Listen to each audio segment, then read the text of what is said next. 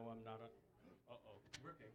It's working too Thank you well. for getting dressed. Totally. Yeah, absolutely. You got dressed. I did. It's Okay. over. It's over. Let me turn down just this. It's over.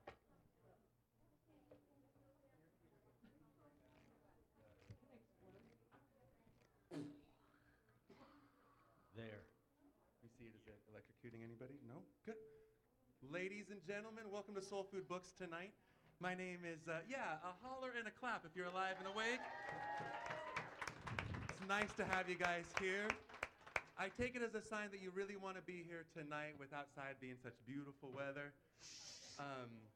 But which is actually leads to some of the questions we're going to be answering tonight, like what is that giant orb in the sky? Just want to, on behalf of the tribe here and on behalf of Soul Food, welcome everybody here. This is a favorite thing we do the first Wednesday of every month, to look up to the stars and map things out and try to get a better attunement of our place in the world. Please welcome back Rick and Jeff. Thank you. Before we start whatever we're doing over there, I want to say a quick word about the Washington State Astrology Association. That's the WSAA.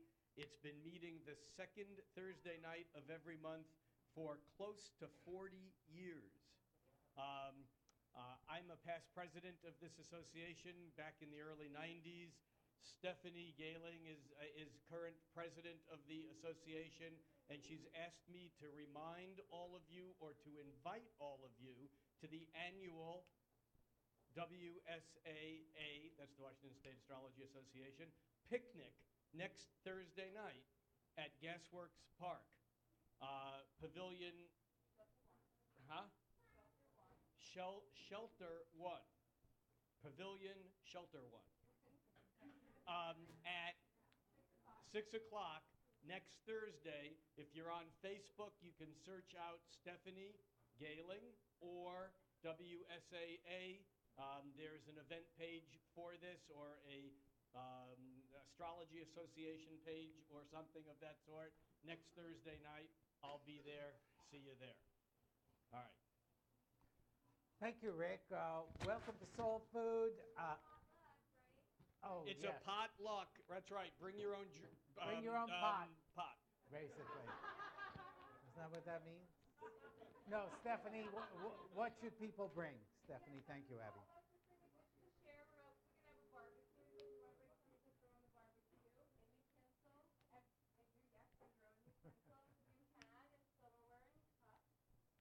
Bring your own planets.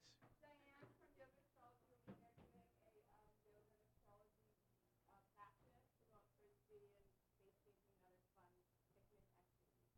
All right, Pluto Frisbee. Atomic Frisbee. Good evening, ladies and gentlemen. Welcome to Soul Food. Rick and I are going to talk about what the planets are doing this month. There are quite a few familiar faces here. Thank you for coming back. But for those of you who are here for the first time, what Rick and I are doing is a talk about the current collective astrological patterns, the weather that we all share for the month of July. Individual circumstances will vary based upon your own birth chart, your karma, your state of mind, whatever magic and grace turns the tides of this universe. So what Rick and I are going to do is give an overview of the larger patterns and how they're working this month. We'll do that for about 40, 45 minutes. Then we take a short break. And after the break, we'll look at 3 people's individual birth charts to do what we call mini readings, maybe a 5-minute look at each chart to educate the group, to insult and humiliate you, and to demonstrate, not seriously, but to demonstrate how astrology looks on an individual level. If you would like your chart to be one of the example charts, and we will be kind, put your first name and your birth data, time, date, and place of birth on a piece of paper, fold it up, toss it on the table here behind Julie, our wonderful videographer, and then we'll do a drawing during the break, and perhaps you'll be one of the 3 people we'll talk about. And I would, in turn, like to also welcome you to our monthly gatherings here at Soul Food Books in Redmond, Washington. This is July of 2001 for those of you who are watching. 2001. I just lost 10 years. Thank you, Jeff. 2011, right. For those of you who may be watching us on YouTube and don't know actually when we are here, that's where we're here now. Yeah, I guess the big news astrologically, or a piece of big news, is that we're out of the midst of eclipse season. We are. We had an eclipse, a solar eclipse on June 1st, a lunar eclipse on June 15th, and another solar eclipse on July 1st. And even though in astrology, the effective range of time of eclipses is months, so technically we're still within range of eclipse effect, we're out of the teeth of the eclipses. And the last one, which was on July 1st, which was the new moon in Cancer, was in some ways very complex and difficult, and some ways maybe not so heavy. The difficult parts came from the fact that when the sun and the moon were joined together in the sign of Cancer, ready to begin, as we do with every new moon, their monthly cycle, the fusion of mom and dad, yang and yin, day and night force, in the cuddly sign of Cancer, while that was going on, we had an eclipse, and during that eclipse, solar eclipse, new moon, Saturn, the planet of hard, cold reality, Pluto, the planet of death and rebirth, and Uranus, the planet of shock and surprise, were all in challenging and stressful relationships to that new moon. And what that suggests is that that Cancer urge to deepen our roots, to make a cozy home, to reconnect with family, was also going to or will stir up some profound issues of perhaps fear, of desire, of surprise. In other words, we're not in Kansas anymore, nor is there necessarily a Kansas, that is to say, the old metaphorical home sweet home, to go back to.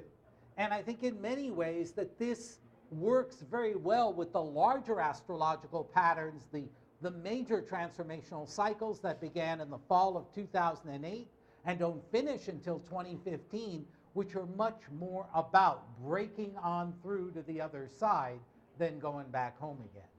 Fade in Jim Morrison, break on through to the other side.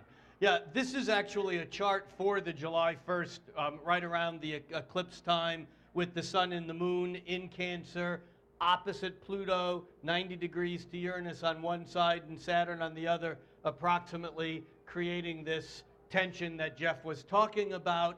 And as we move past this and out of eclipse season, we want to keep in mind that the sun and the moon moves very quickly. The sun moves a degree a day.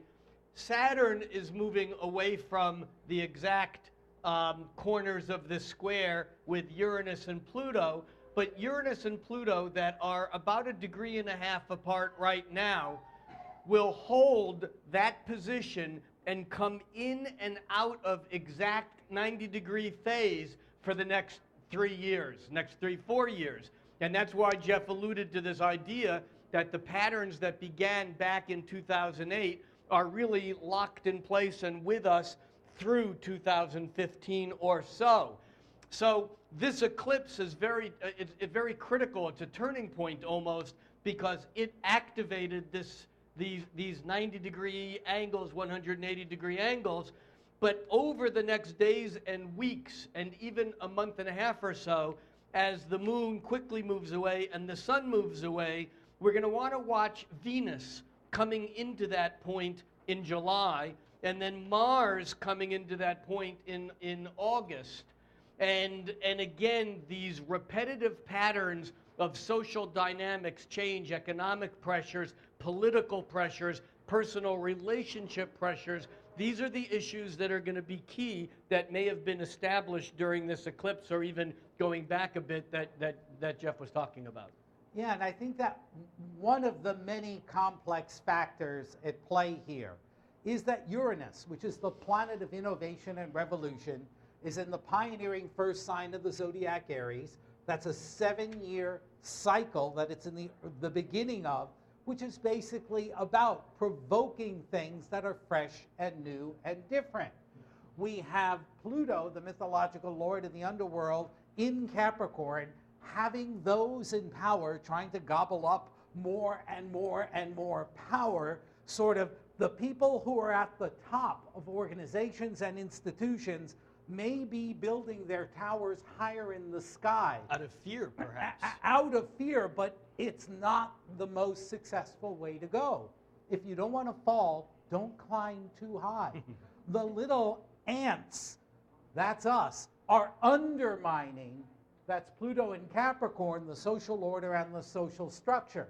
Now, it's quite unlikely that you or I individually are going to be radically changing the world between now and our talk here next month. But it is very likely that you and Rick and I and all of us are encountering points in our lives, whether in our work or within our families, where we just simply can't go forward under the old rules and under the old regime. But the conflicts are not just between those of us who want change and those who resist. We all have these contrasts within us. We all desire and hunger for change to some degree, and yet have an inherent resistance to exploring the unknown. And what I was thinking as Rick was talking is, this is a time in which we need to negotiate weirdness. Uranus is the planet of weirdness. It is the planet that rotates on its side perpendicular to its plane of orbit around the sun, and as I've said many times, corresponded with the American Revolution, the French Revolution, and lots of other dynamic technological changes in human history. But Saturn, the planet of sociability and order, is in Libra, the sign of compromise. So the point is not to get locked down into, I want absolute change and it's got to be this way, versus, no, I'm not budging. It is about finding places between those two positions so that we can incrementally explore the new, but build it on a relatively safe foundation that comes from trust and comes from conversation. A, well said. B, highly optimistic. Now, I'm not going to be negative here. I'm not a negative person when it comes to social dynamics and change. I think that ultimately it's all as it's supposed to be on some level, even when it, what's the technical word? Sucks. However, when you were talking, do you know the word nihilism? Do you know what nihilism? Now, nihilism is a word, I don't know whether it was coined by Nietzsche, but he wrote about it extensively.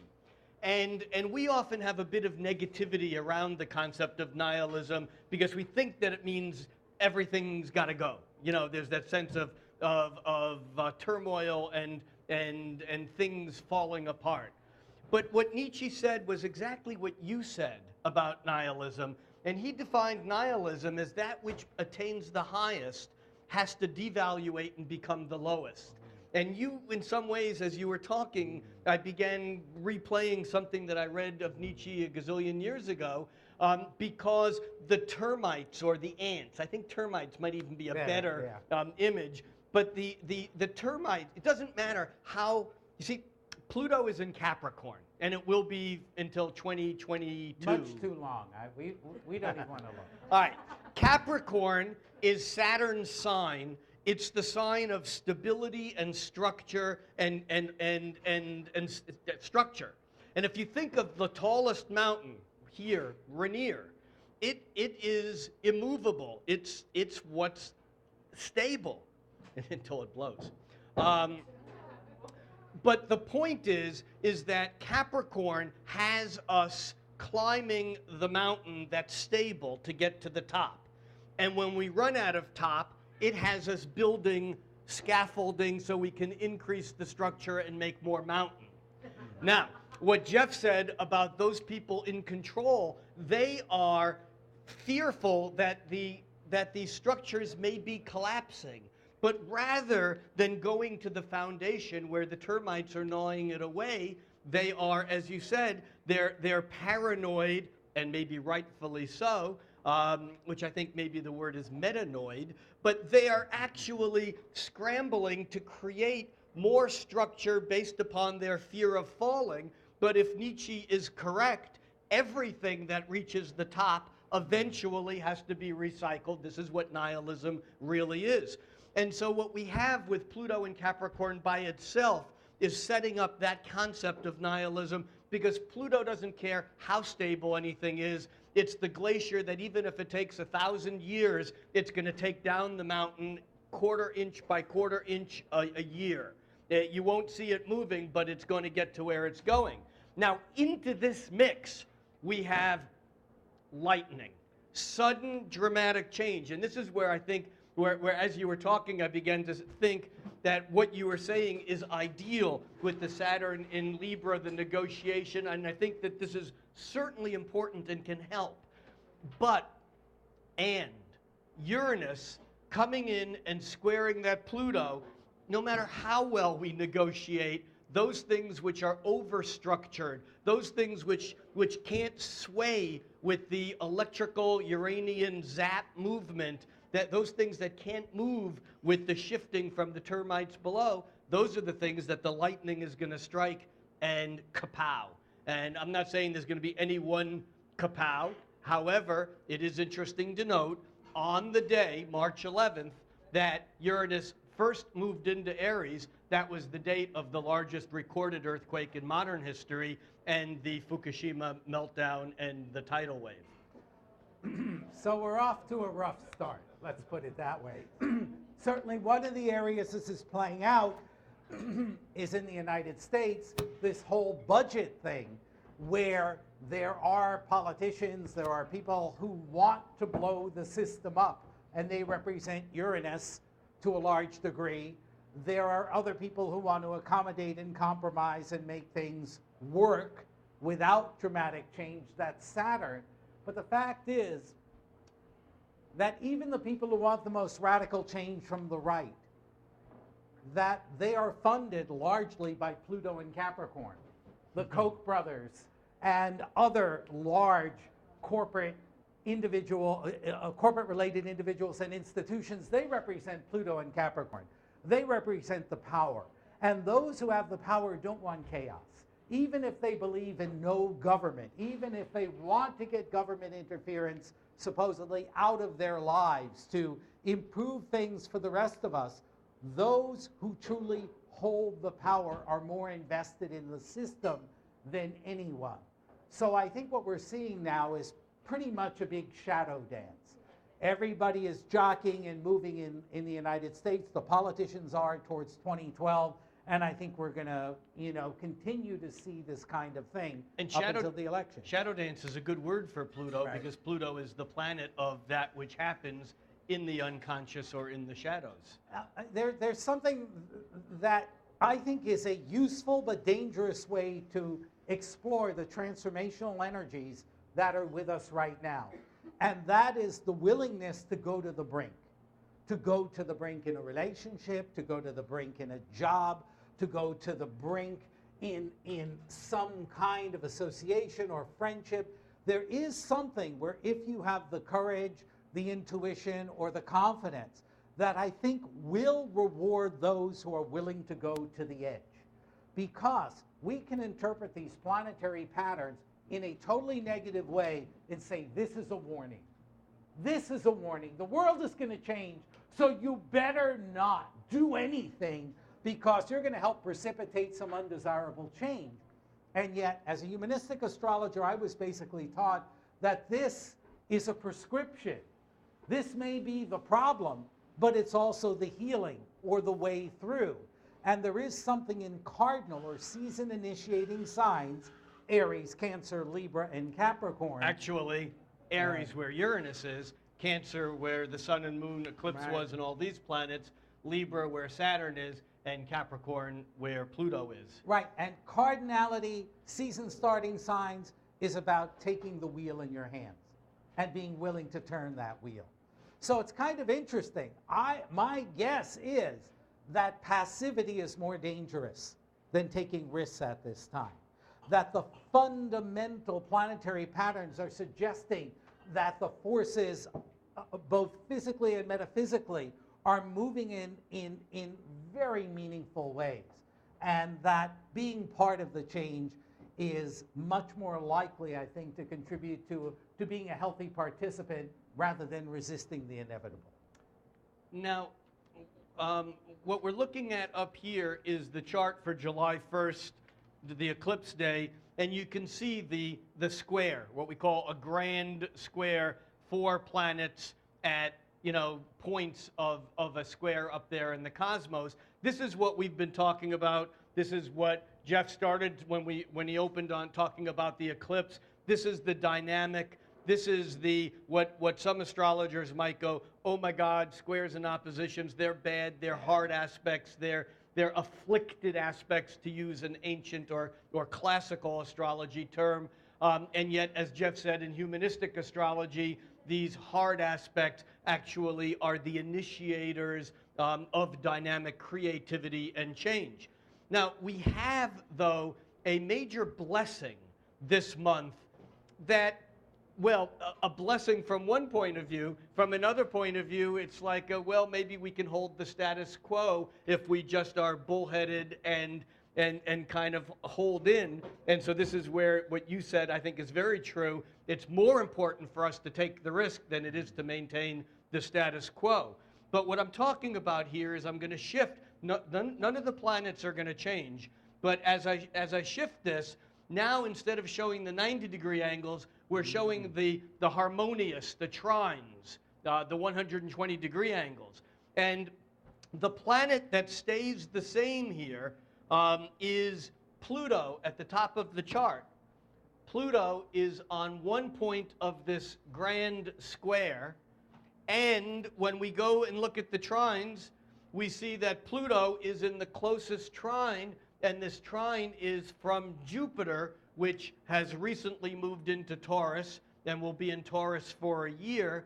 And on July 7th, I think tomorrow, it makes the first of 3 trines over the next 8 or 9 months, because the slow-moving planets, all planets often go forward, they turn retrograde, and then they go forward again. It's the 3 strikes and you're out concept. Or that there's things happen in threes. But the first of these 3 Jupiter-Pluto trines is on July 7th. The second one is this fall on October 28th. And the third one is next winter, just before spring, on March 12th. And so behind all of this prescription and need to change, we also have this steadying tidal wave. And I don't mean a physical tidal wave, I mean a metaphysical one. Jupiter, the planet of bigger and better and more and too much, harmonizing with Pluto, the glacier. Yeah, so this aspect is exact tomorrow. It is after the eclipse, the major astrological event of the month of July, and it evokes a subject that Rick and I have talked about many times. The trine, the harmonious angle of 120 degrees, from one perspective, is wholly positive. So Pluto, death and rebirth, rotor-rooter, colonic planet, Pluto's harmonious relationship to fat, dumb, happy Jupiter in Taurus. No, Jupiter in fat, dumb, happy Taurus. Let's get the adjectives in the right place. Right.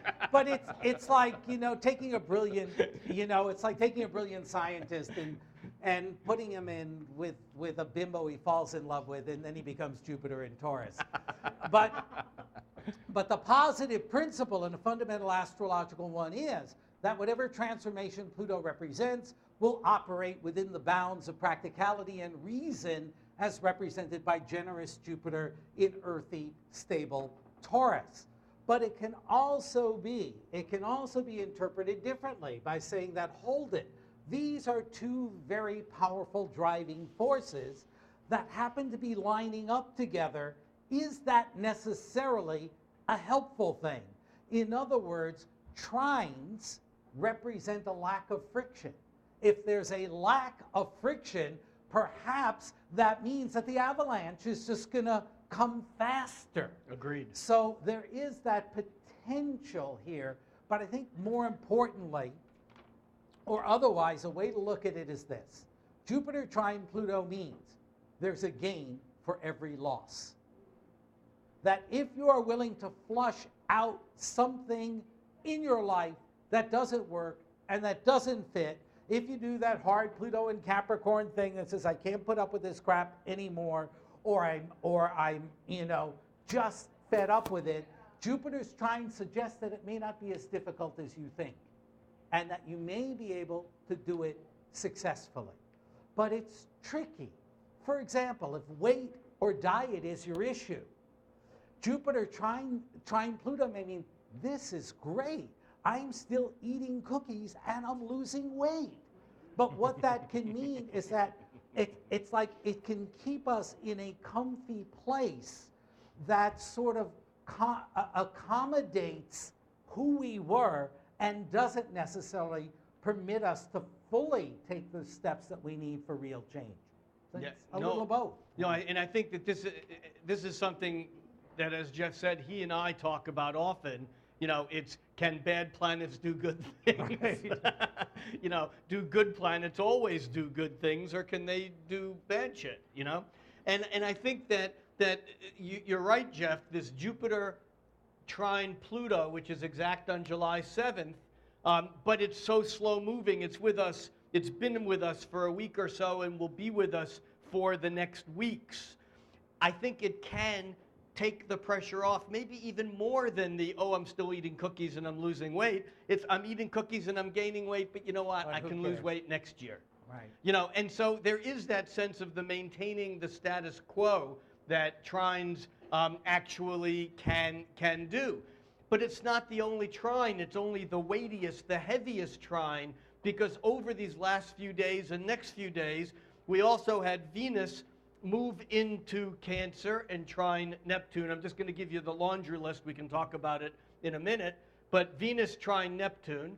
We have Mercury moved into Leo. It trined Uranus. And we have Mars coming up to a trine with Saturn. So it's not just one trine between Jupiter and Pluto. There's actually 8 different planets this week, last week, this week, next week, all involved in trines that may give us the illusion that it's okay to maintain the status quo. Right. It's not. Yeah, I read some headline today about Senate Majority Leader Boehner and President Obama getting ready to make some big deal, and that would certainly be Jupiter trine Pluto. Pluto is dead. Jupiter is in Taurus, the money sign.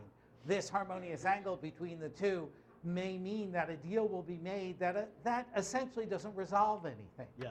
It just keeps things going. And that's the challenge of a trine, that in life, you've about had it, and then something softens the situation that allows you to hang in there longer, and that isn't always necessarily going to get you what you want. On a personal level, though, let's come to this. On an individual level, Pluto trine Jupiter can talk about the resurrection of abilities, talents, and resources that have lain dormant in your life. If you loved drawing as a little girl and then sort of lost touch with it, perhaps the return of the pleasure of creating in that way can be part of what this story is. Pluto is death and rebirth, the resurrection. Jupiter is growth. Taurus is sensuality and pleasure and material value. So the possibility of doing that, getting value out of something that you didn't think was valuable anymore, could as well be another expression of this. Into this mixture, and I hope you're understanding or getting the sense that there's a lot of stuff going on right now. I mean, just the sheer number, for those of you who are used to looking at charts, just the sheer number of lines, the amount of color in the center of this circle. The red lines represent oppositions and squares, and the blue lines are trines and sextiles, and the green is a quiet quincunx in the back here that we're not going to talk about. But the point is that there's a lot of stuff going on. And into this stress and the easier expression, you called it, you didn't call it lubrication, but the trines, the smoothness, the Friction-free. friction-free, super conductive. Into that, we now have, over the next couple of days, we have Venus moving into, as I mentioned when we looked at the eclipse chart for July 1st, we now have Venus moving into tomorrow, squaring Uranus, and then opposing Pluto, and then squaring Saturn. The actual Venus square Uranus is tomorrow on the 7th. The opposition to Pluto is on the 8th, and the square to Saturn is on the 13th. And this re-stirs, even though there's other stuff that's kind of saying it's okay, keep pushing, that Venus square Uranus opposing Pluto and squaring Saturn really puts the wrench back in it and says that we want change now. Yeah, or it's thrust upon us. Venus, the planet of love and pleasure and relationship, is in Cancer, which is about wearing last year's clothes. It's about the traditional style that we feel comfortable with, but it's square to Uranus means that you show up in a place and you can feel like you're dressed in a totally inappropriate manner, or that your expectation that we were all going to have a nice dinner there together of a certain style is actually going to be a very different kind of event. On a personal level, it can simply be that you have made the favorite meal for the one you love, or have done something to recognize or to honor the tenderness you have with somebody, only to have them tell you they're not into that anymore. And that's Uranus, the planet of surprise. As a result of which, that leads to the opposition of Pluto and going, oh my God, I can't satisfy this person. Or maybe I'm not worthwhile. Maybe I'm not in touch with what is needed to produce pleasure. So with Venus, the planet of pleasure and love, being kicked up, as Rick pointed out, over the next few days, we can expect a reasonable degree of social volatility. And as long as you're able to shift from your Venus and Cancer expectation, the tenderness of Venus and the tenderness of Cancer can certainly bring out sort of a babyish, infantile neediness that manifests itself as vulnerability, but it's almost like the outer world doesn't really care. So we may encounter a little baby fat over about likes and social appropriateness over the next few days. Toward the full moon? Sure. And beyond. And beyond. So as we move toward the full moon, the moon moves into Capricorn on the 13th. It joins Pluto, and the moon actually then kind of begins to pick up on these same angles, these squares. Let's do this an hour by hour so that we can watch as the moon moves, and all of a sudden that big red square becomes predominant again as the moon gets closer and closer to exact opposition to the sun, and the full moon, which is the moon's opposition to the sun, is on July 14th, late in the night, late in the evening. Actually, I think it's 11:40 p.m. Yes, here. Here. And that moon, there it is right there.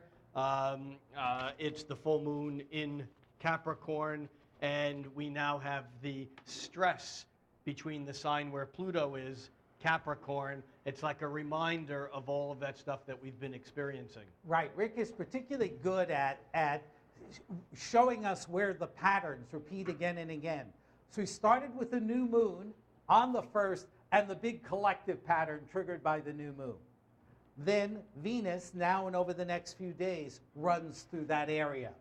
Then on the 14th, the moon triggers all of these things. Now, the moon in Capricorn in traditional astrology is not easy because the moon is about nourishment.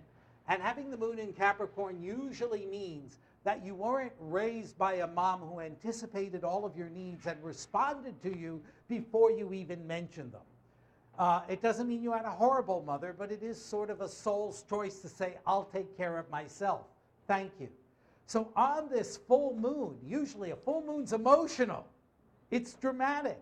And yet the moon is full in the sign that is among the most resistant to the feelings associated with a full moon.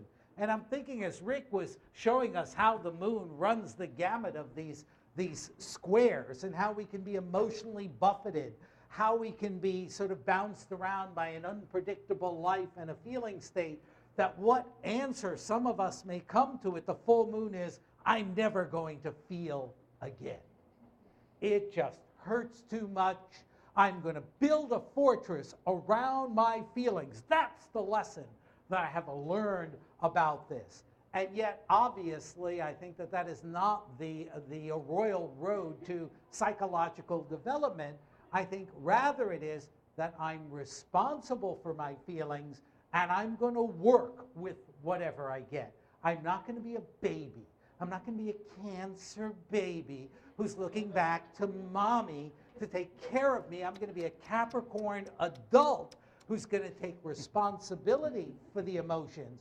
And to do that, granted, to take responsibility for our emotions, usually we got to cool them down a little bit. So we think, so we distance ourselves a little bit first. But it is not to end feeling, it is to understand how it affects us in a way that we can stand with it with a little bit more authority and a little bit more control about them. Do you mean denial isn't the road to liberation? No, that's denialism, and I think you covered that earlier tonight. Yeah, I think that when you were starting this little monologue, I was wanting to disagree, but you ended up at the place where I was going to suggest, and that is that it's not that the moon in Capricorn prevents us from having feelings. It prevents us from expressing them easily.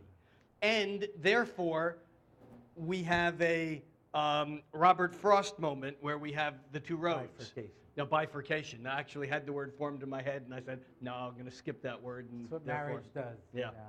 You know. But the fork in the road is I'm having a feeling. And one way is I am going to pretend I'm not having it. I'm going to hold it in. I'm going to do what I need to do to build the scaffolding stronger so that I can maintain the structure. And if there are termites at the bottom, it's not my fault or problem. I'm going to hold it together. I'm going to do my job. I'm going to not ask for help. I'm going to not be vulnerable. I'm going to be strong. I'm going to be saturnine. I'm going to calculate what I need to do to get to where I'm going. And whatever the feelings are, I may have them, but I'm not going to express them.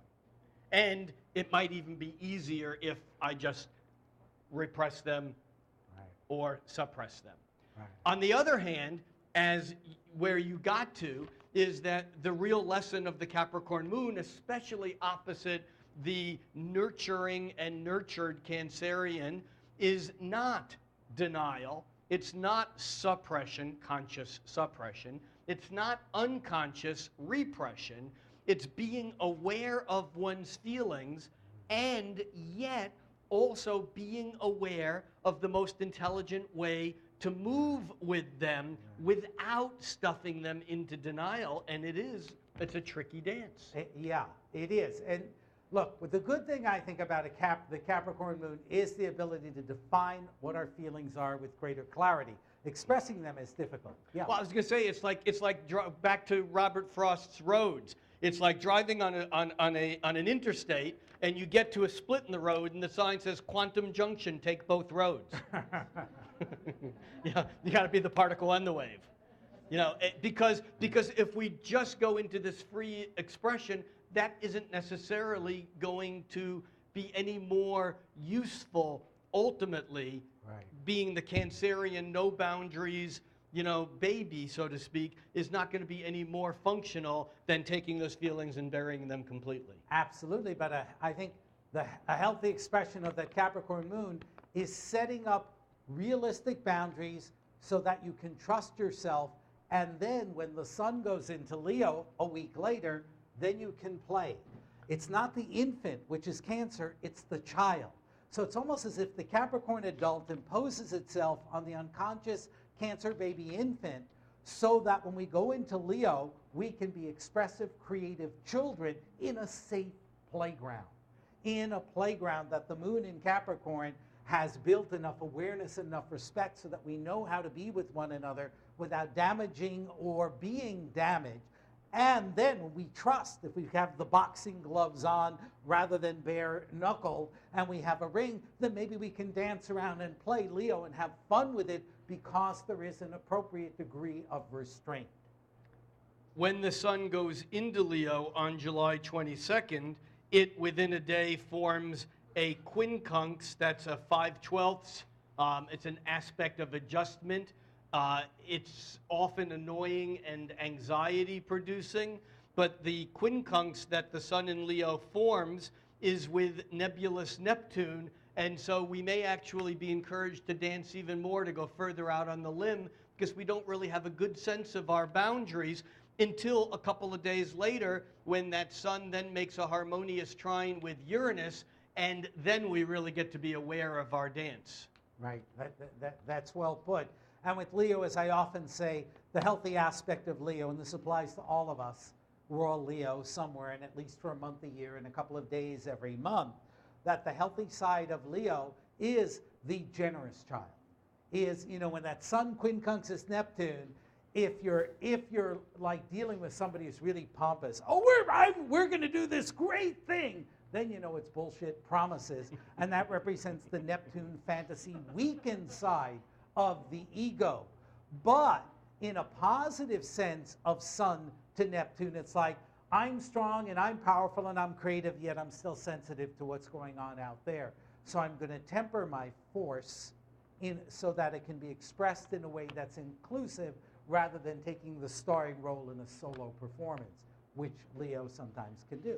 And I think until the sun goes into Leo on the, on the 22nd, Right. followed by Venus on the 28th, on the 28th, until those planets move out of Cancer and into Leo, I think where, even though the full moon is only one evening, so to speak, I think we're all in this dance of what do I need to do to hold it together, Capricorn, and what do I need to do to stay in touch with my more vulnerable, softer side, being able to ask for help, being able to interact on a non-boundary level when appropriate, and how do I move between these two places? Because once the sun and Venus go into Leo, around the same time that Mercury moves into Virgo, there's a shift of energies, and I think that by the end of the month, we'll be here again the beginning of August,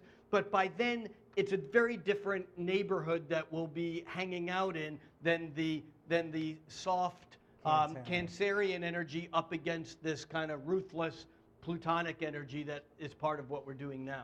Yeah, and shorter term, as Rick pointed out, on the 28th, Venus, the planet of love, goes into Leo.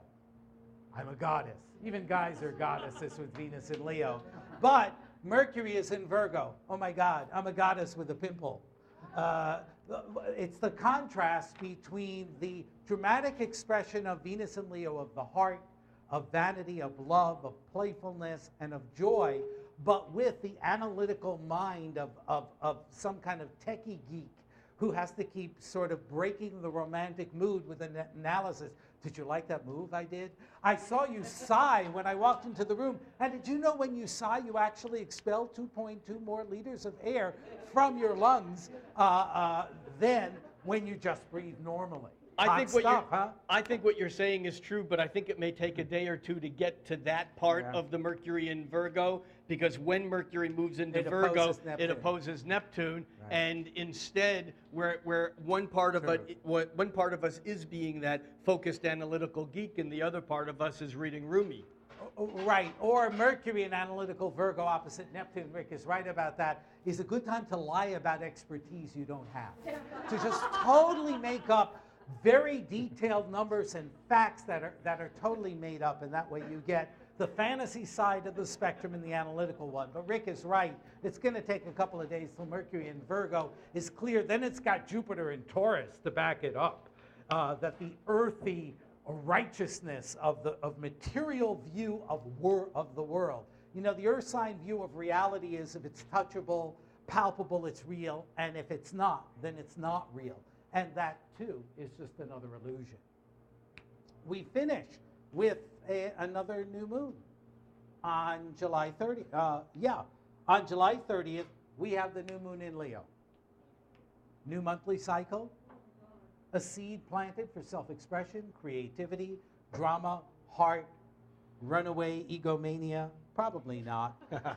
Actually, it's a very nice new moon. In a few ways, Venus is conjoined the new moon, so there's a real potential for creative joy. And Uranus, the planet of innovation, is harmoniously trine with the new moon, and that's great because Uranus is really, it's like a democracy planet. It does not really give a crap about authority. It's not democracy, it's anti-authoritarian, to be more precise. Exactly. So the fact that Uranus is harmonized with that new moon in Leo suggests that the vague possibility of self-inflated pomposity of the Leo new moon is countered very well by sort of the court jester Uranus, which grabs us and tweaks our little ego mustache every time we take ourselves too seriously. And yet, I think we can think we know more than we know. We can think we know more than we know because that Mercury, which is at home in Virgo, is still opposing Neptune, and it turns retrograde and comes back over that point again in August. We'll talk about that next month. And so I think that there's this sense of kind of having this idea that the geek in us is more accurate than we actually should be. I think of Niels Bohr saying one should never speak with more clarity than one has. And I think that on this day we will tend to do that. Not that that's bad. There's something else. Jupiter, expansive Jupiter in Taurus, opinionated, is square that sun in Leo. Jupiter in Taurus at its worst is pretty regressive philosophically. Taurus is simplistic. Jupiter in Taurus is very good at fundamentalism. And with that new moon in Leo, we can take great pride in the courage we have to defend fascism or fundamentalism. There's sort of this inflated sense of importance that's connected to what could be an outmoded or a dumb idea. So if you catch yourself or anyone else in the act of acting all heroic, moral self-righteousness. The moral self-righteousness is a good way to put it, is a little bit risky at this particular new moon. And I think on the plus side, Jupiter square to the new moon in Leo says, hey kiddo, you got creative ideas? Good. Put in the time, the effort, raise the money, get the resources to turn it into reality. That's what Jupiter in Taurus has to offer. Rick, we good? Done. All right, that was easy. So we're going to take a 10 or 15 minute break. If you want to have your chart included in the drawing for when we do a few charts, remember when we do these charts, it's not for your individual benefit, it's teaching experience for the group. And so we use the charts to basically, whether you get picked or not, to talk about what's going on a little bit more. One last thing. We have cards up here. I want to remind you that Jeff and I will be co-facilitating a 10-day workshop retreat in San Miguel de Allende, Mexico. This is November 5th through the 12th. It's an 8-day, 10-day seminar. It's an 8-day, 10-day seminar. In those 8 days. Right. So 8-day seminar. But the thing is that we were at this place a year and a half ago. It is magical. It is safe. It's in the high desert mountains of Mexico, an old colonial town with churches built in the 1500s. It's about halfway between Guadalajara and Mexico City. It's an amazing experience, and if you're interested in finding out more about this, please talk to either Jeff or me, or pick up one of these cards. More information online. San Miguel de Allende, November 5th through 12th. All right, we'll see you in 10 or 15. If it's my choice, it's 15. Thank you. And one last thing, and that is, remember, Jeff and I come here because we love you guys and Soul Foods. It's a community endeavor of ours to support this tribe. You don't pay us. You continue our being here and Soul Food being here by patronizing the store. So that's your way to vote, is to vote economically, buy shit, whether you need it or not. No. And if you don't have any money, just don't steal anything. Yeah, it does. All right.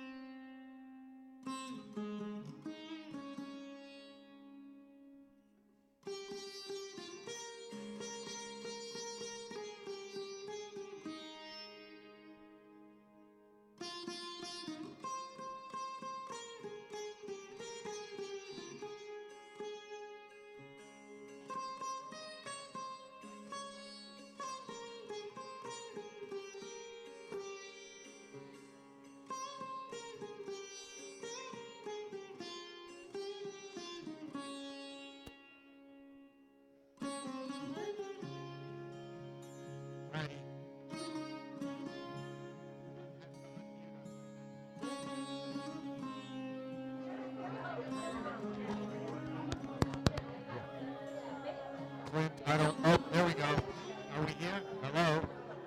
Hello.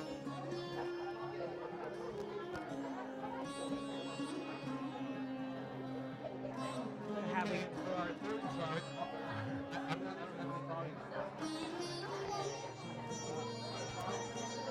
Hello. Hello. Hello. Hello. Hello. Hello. Hello. Hello.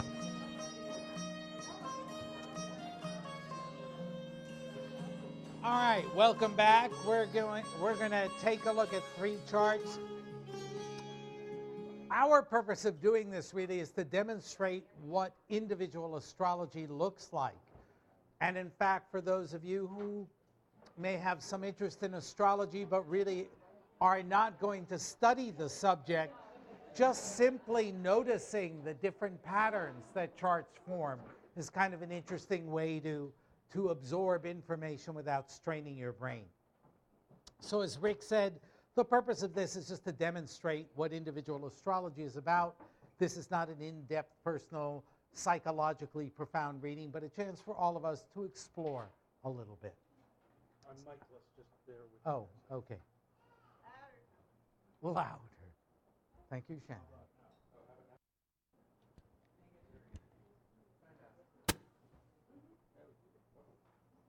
Positive, positive. That's positive. That goes there. Don't cross the red wire with the blue wire, though.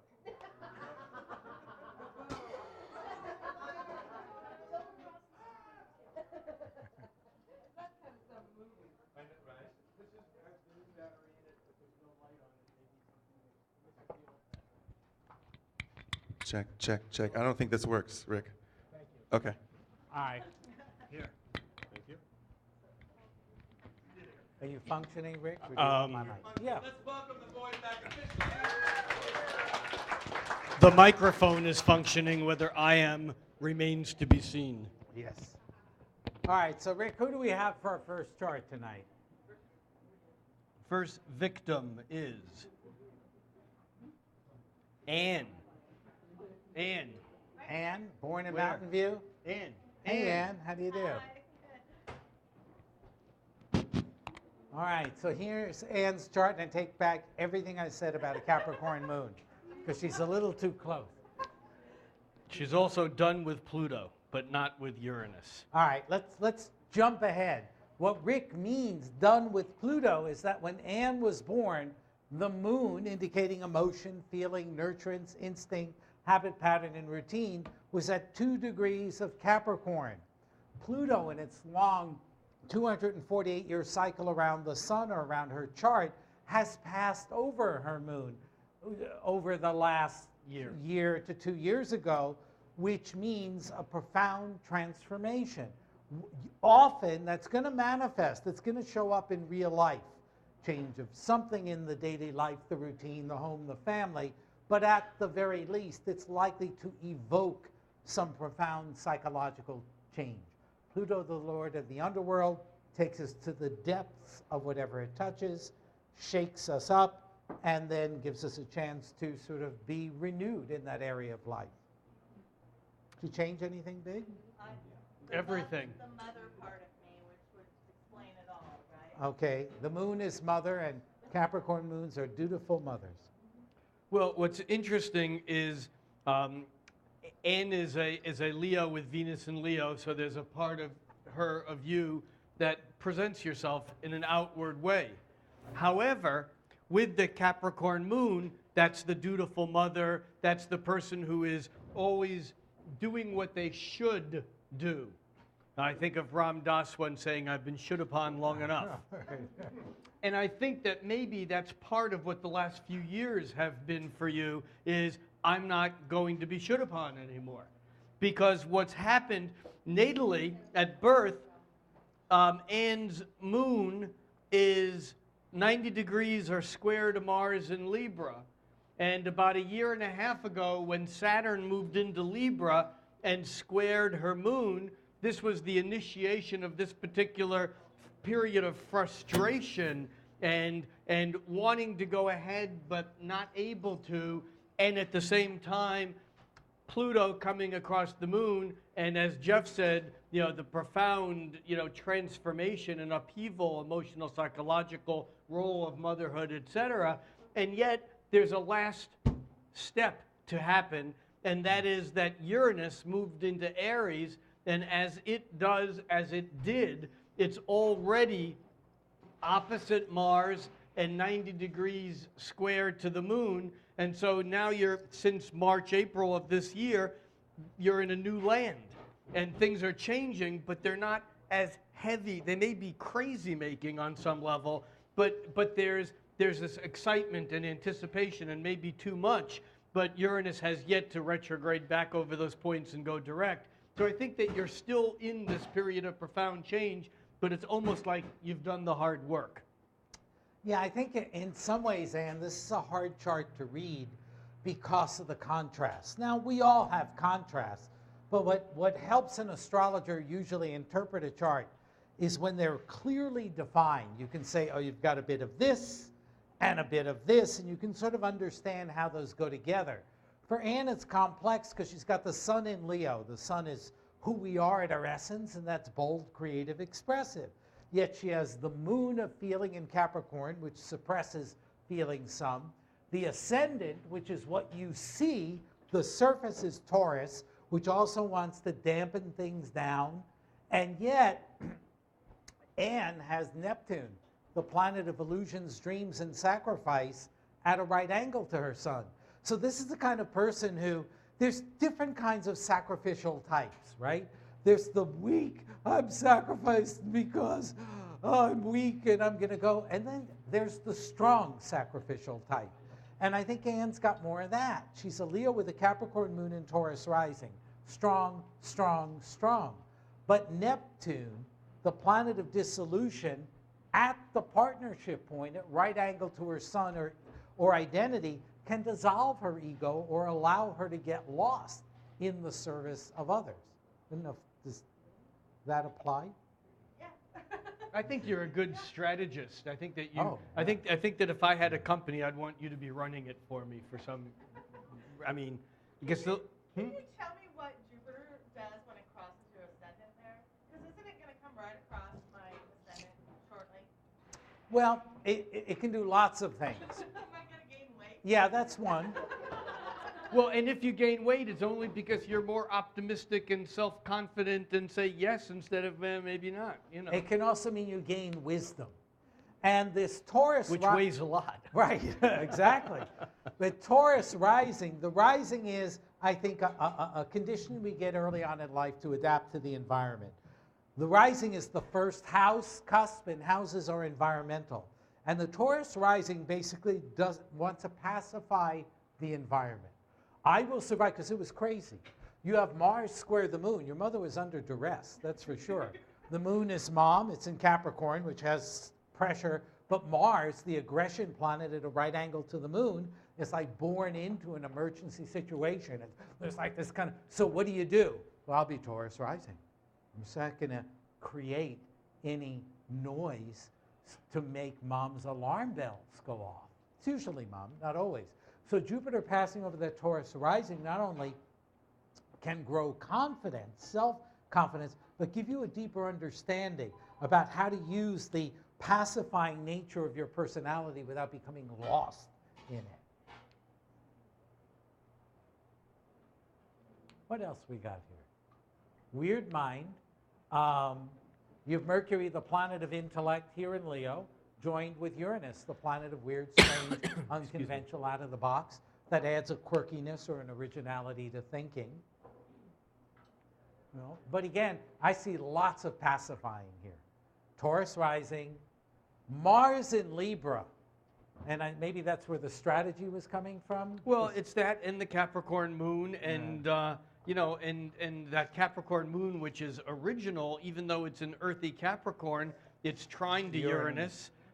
You know, there's a real practicality here, and yet you're a lot weirder than you look, or than you appear. In other words, there's a lot more uniqueness and independence and innovation and just plain weirdo, you know, quirkiness that you wear well, and people may not notice until they know you. Is that the laugh of recognition? One other thing, I'm a big fan, as many astrologers are, of the nodes of the moon, the two places where the Earth's orbit around the sun are crossed by the moon's orbit around the Earth. They're always opposing one another. They're the points where eclipses occur. South nodes, called Dragon's Tail to Hindu astrologers, represent accumulated experience that we tend to go back to again and again. Reincarnationalists will often look at that for past life. I mean, arguably the whole chart could be that if you have that perspective of life. I don't know. But the general consensus among contemporary astrologers is you want to go from your south node to your north. That the south represents something that's so well learned that there's no growth, where the north is growth. So your south node's in Capricorn along with your moon. So there are two things that point to that taking responsibility. And the north node in Cancer, down here in the bottom of the chart, Cancer's personal, subjective, and it's in a part of the chart that has to do with your innards rather than what's out there, which means when you choose to withdraw to defend and protect yourself or just to make yourself comfortable, that may be a healthy thing for you rather than flight. Okay? Thank you, Anne.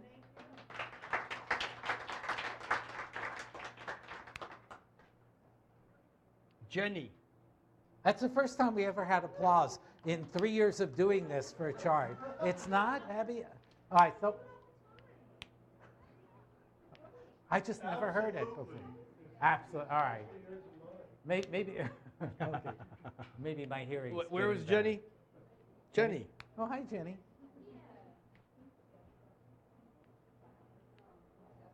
Just look at the pattern. I mean, this is like boom. It's like a piñata chart.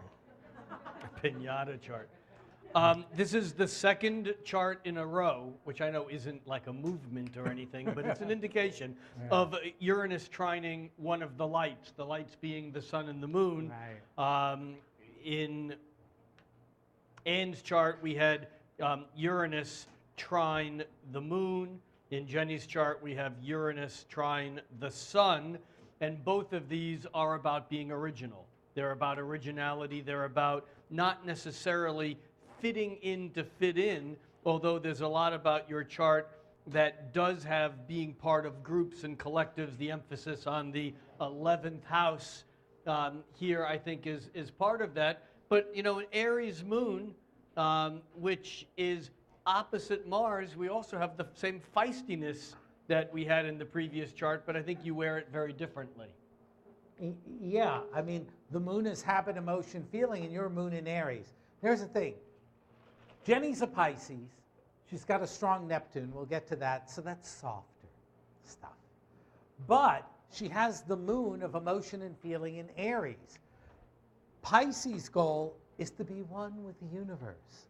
Aries' goal is to be let the hell alone and not be part of that universe.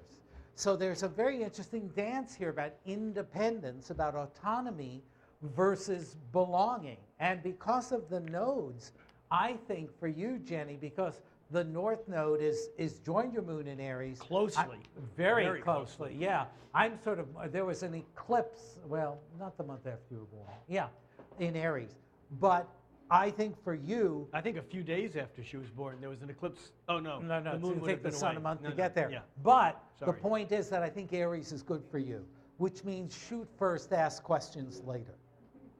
Now, I don't think that's necessarily your style, because just as with Anne, Mars, the action planet, is in Libra. Mars is the warrior, but it's in the sign of the diplomat. Traditional astrology considers that difficult because the self-assertion, spontaneity, initiative, and selfish action of Mars is diffused. It's socialized in Libra. That's strategic because it means every action is somewhat calculated based upon the kinds of reactions you're going to get. And with supersensitive Neptune next to Mars, again, maybe there was an explosive mom. Maybe there was a home environment in which the environment, again, moon, was kind of tense with Mars opposing it. So, and instead of being Taurus rising, I'm just going to sort of blend in with the furniture so as not to create any problem. This is Scorpio rising, which is what, getting under the furniture? A Scorpio rising approach to life is, what's out there? What's going to bite me? Who's got what I want? Let me figure that out. I'm not going to show you any cards. I'm not going to show you my hand until I know what's out there. So Scorpio rising is a mode of approaching life that's very measuring of what's going on out there, which reinforces the Piscean sensitivity as well. Yeah, there certainly is some emotional sensitivity in the chart with being a Pisces and with the Scorpio rising. But I get, my sense is that's Right, not the right, issue. yeah. The issue is almost the response to that is to overpower it, is to, in some way, Right. to push the energy outward with your brilliance, with your intellectual tap dancing, with your cleverness, with your, all of this Yeah. this is all air, air, Aquarian air. Aquarius is the sign of Uranus. Uranus is trine the Right. sun. More air up here in the 11th house. And it's almost like the Scorpio holds in the emotions, not like in the Capricorn, Right. but it doesn't deny them. It doesn't put the emotions in denial. It just denies them to other people because instead it's easier, or maybe it's that you feel like you're liked more, or it's easier to interact with others when you're doing things and thinking things rather than when you're feeling. And I don't know whether that's exactly right on or not, but it's one way that Scorpio rising might play out. Yeah, and Aries moon, fire moons have difficulty receiving often. The moon is nourishment, yet fire pushes energy out, which makes it not impossible, certainly, but often more difficult. And I wonder in a chart like this, if you've got the thing is, look, I know based on experience, I'm going to have to sacrifice, lie, sneak, bullshit, move around, outsmart, trick, to deal with those bastards over there. Oh, what the hell? Just leave me alone. That there's this part of the chart that's sacrificial, Mars, Neptune, and yet I think, Rick, you're right. You're a pretty willful person for a strong Neptune and being a Pisces because of the Aquarian intellect, because of the strength of Uranus, because of Mars to the moon. It's like, I don't know that you expect things to sort of turn out necessarily the way you'd want, that other people aren't necessarily reliable. And sometimes what we do is we replicate patterns. We put ourselves with people who can't satisfy us, or we can't satisfy them, and then that proves it's impossible, and then you can get to go on your own.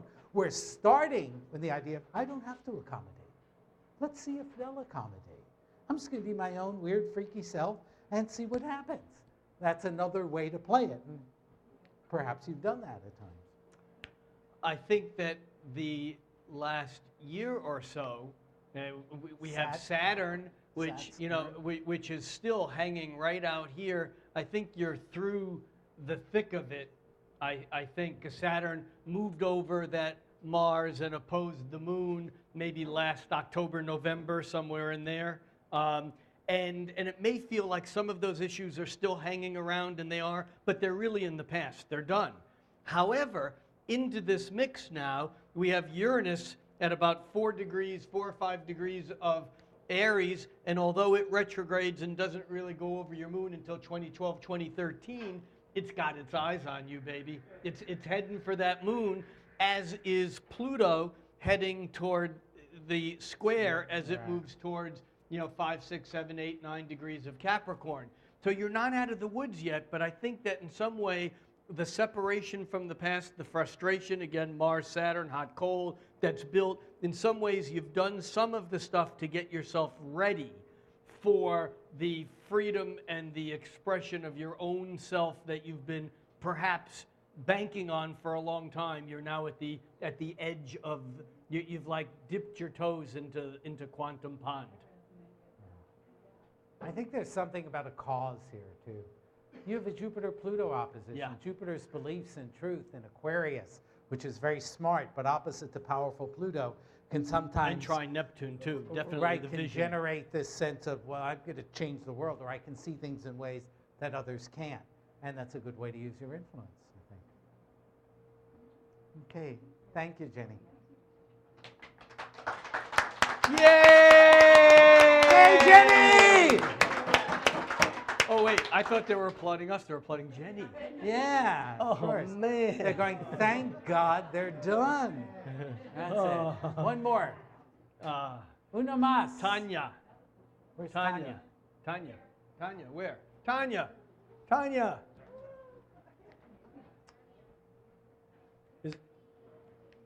Okay. There, Tanya is a sun in Cancer, moon in Capricorn, Taurus rising. So we've had 3 cardinal moons. Is Mars kicking that moon at all? No, well, you have Mars in Virgo conjunct the South Node in Scorpio. Wow. That's like a badass past life, you know. Whether you were, Yeah, you know, it's like stop kicking ass already, will you? what were you? You know? You're doing No. But it's in cleaning Scorpio. up after the guillotine or something? It's in Scorpio. Yeah. And look at that Saturn at the tip of the square to the moon in Capricorn on one side, Mercury in Cancer on the other, and Saturn is harmonized or trine with Jupiter. You talk about a get it done kind of a thing. Right. Yeah, your efficiency could be scary at times, you know, and that it comes from several things. The moon in Capricorn, and as Rick pointed out, Saturn, the planet of responsibility, at a right angle square to the moon is double moon in Capricorn in responsibility. Saturn square Mercury, the planet of mind, hooked up with responsible Saturn, is responsible thinking. And then you've got, you know, just the biggest sword in the room. You have Mars at 0 degrees of Scorpio, conjoined your South Node in Scorpio, and that's like, that's an excellent capacity to take care of business. I said to Ann that she's a lot weirder than she looks. Well, you're a lot nicer than you look, and I don't mean, and I don't mean that. I disagree. Well, well, what does that mean? No, I don't mean that you're a mean person. I just think that you're that you can pass yourself off as not being a threat, and yet I think you carry a lot more, the bigger sword, or you carry a lot more metaphysical weight than you necessarily let on in a first dance or on a first date. And I think that one of the ways in this that this works for you is you don't ever need anyone to tell you that you've done something wrong, because you already know it, and you're proud of it. Well, I think that you're really hard on yourself. And it's one of the reasons why you become such a good organizer or a good doer, is because you're overcompensating. Because I think one of the early messages, parental messages, whatever, is you weren't enough, you weren't tall enough, you weren't a boy, I don't know what the deal is, but you know, whatever it was, you got some message. And so it's almost like this hopeless thing of, I can get a PhD in 6 different, subjects, but I'm still not going to be okay unless I do this also. And even if I win the Nobel Prize, unless I do this. So I think that there's a lot of doing that goes on. Yeah, you would count the votes on the prize. Yeah, it's a fascinating chart because Venus is trine the moon. Now that's gracious and graceful. That was the part where I said she's it nicer. allows you to be with the Taurus rising, because Venus is your chart ruler, because it's the planet that connects to the rising sign. It allows you to be charming, to be sweet, and it's not that you're not. It's just that you are able to use that when you need it. Yeah, I don't think sweet is the default position here. I think it's definitely a bittersweet chocolate we've got going on here, because that Mars, the warrior planet in Scorpio, is quite a stinger, and joined with the South Node in Scorpio, and that Saturn moon you have. Whoa, it's pretty formidable. It's also interesting, two patterns, that Tanya and Ann both are Capricorn moons with Taurus rising, and both have Neptune on the descendant. Now, I also have Neptune on the descendant, and the descendant is the partnership point, and it's also a place of projection. So one of the things that I know I do, and maybe other Neptune conjunct the descendants do, is we assume other people are totally incompetent. That they're space heads, they're bubble-minded idiots, and they might just float away off the planet at any given moment. That's why I'm his writing partner. That's right. No, but it depends upon the rest of the chart. No, but these two women have earthy moons. I'm an earthy sun. It's very easy for Earth to make up a BS story about its own competence.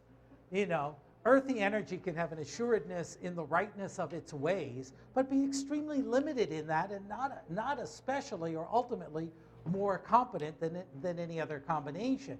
So but again, where the dynamics are is if that Neptune is projected, that is, other people are spacey or weak or vulnerable, but maybe also kinder and more divine and refined than you, well, then you've got to just hold on to your responsibility more. And I want to encourage you to be irresponsible for two reasons.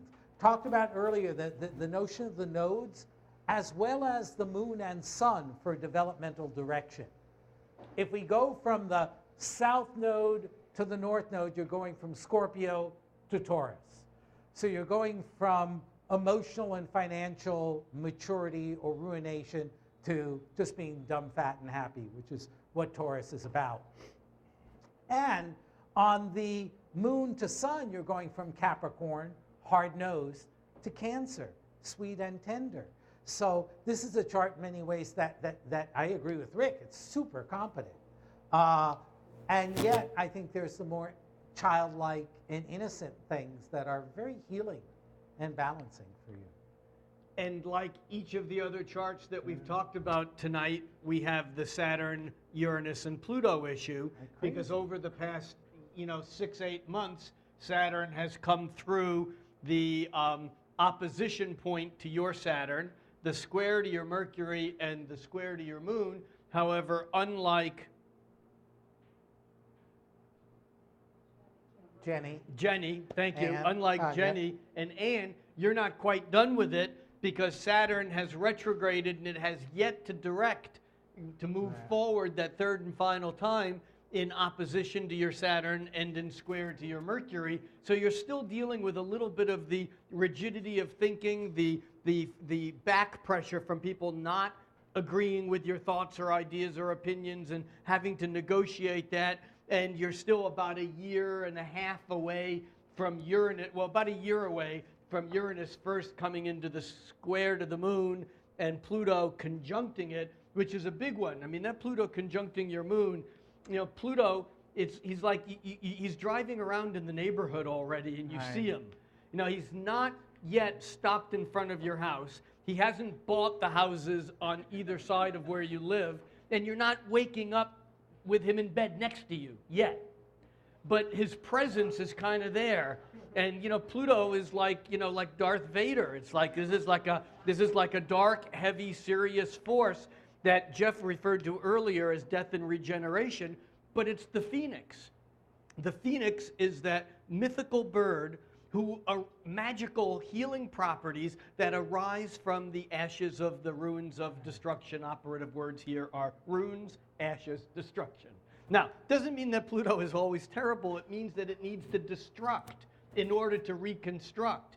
And so Pluto coming over the moon, as it did in Anne's chart already, there's that sense of the deconstruction, reconstruction, and with Uranus squaring it at the same time through the next year or so, this is a very powerful time that you're coming into. Right, but I think with your Mars and Scorpio going, bring it on, Pluto. Come on.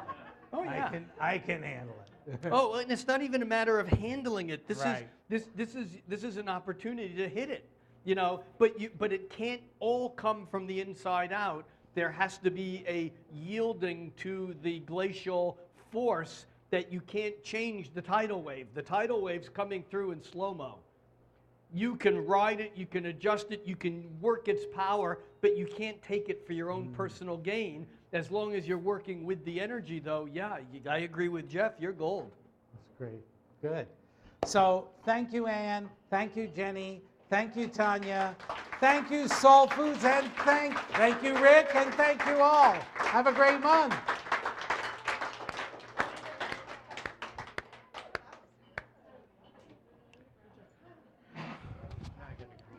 Thank you. Thank you. And thank you, Jeff. You got to go home and do what? I got to write a daily, and I may not write, I don't know.